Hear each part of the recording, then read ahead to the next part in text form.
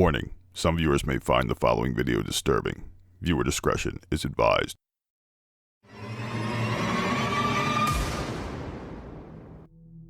(1957) The Soviet Union launches the satellite Sputnik 2. The final new episode of I Love Lucy airs on May 6th, and Whammo releases the first Frisbee toy. Plainfield, Wisconsin, November 1957. Population 660. The winters in Wisconsin are particularly cold. Between December and February, highs rarely top 30 degrees. The bitter cold was never more chilling than on November 16, 1957.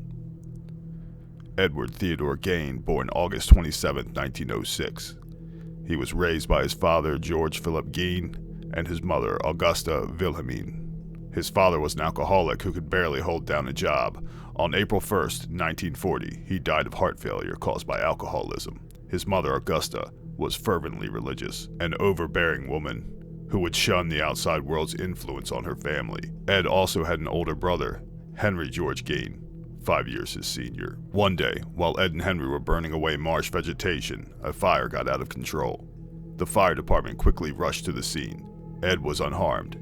Henry, on the other hand, was found dead. While Henry's head was found to be bruised, the police dismissed the possibility of foul play. The coroner reported the death as asphyxiation. Gein and his mother were now alone. Shortly after Henry's death, Augusta suffered a paralyzing stroke. Gein was now a full-time caretaker of his mother. Her health deteriorated rapidly. After a second stroke, she died on December 29, 1945, age 67. To say Edward was now alone would be an oversimplification. He was untethered and unchained. Ed began boarding up rooms in his home: his mother's bedroom, the upstairs, downstairs parlor, and the living room. While the rest of the house would fall into filth and disrepair, those boarded rooms would remain pristine and untouched. Ed became obsessed with reading pulp magazines, particularly involving cannibals and Nazi atrocities, an obsession that would fuel real-world activities. On the morning of November 16th, hardware store owner Bernice Warden disappeared. 5 p.m. that day, Bernice Warden's son Frank entered the store. He found that the cash register was open, and the bloodstains covered the floor. Being interviewed by investigators, Frank recalled on the evening before his mom's disappearance, Ed had been in the store. Gein said he would have to return in the morning for antifreeze.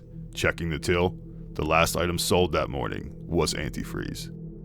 Police arrested Gein and proceeded to search his farm. Once again, viewer discretion is advised.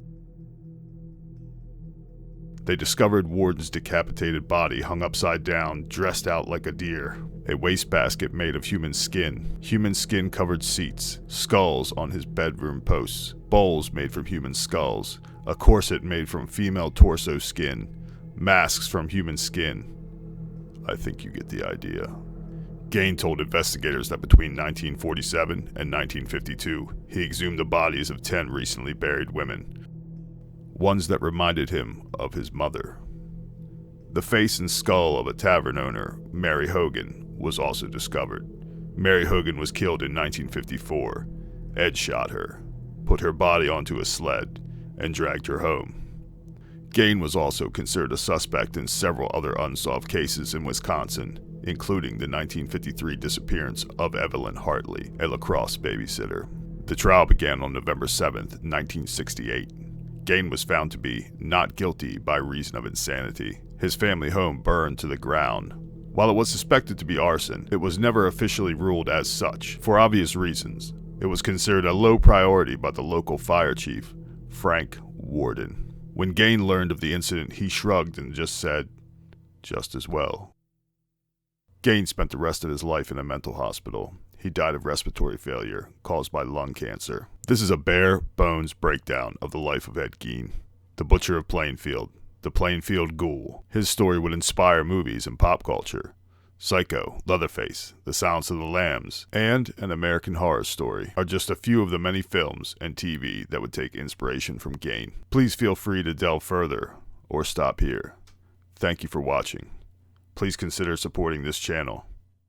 Good night.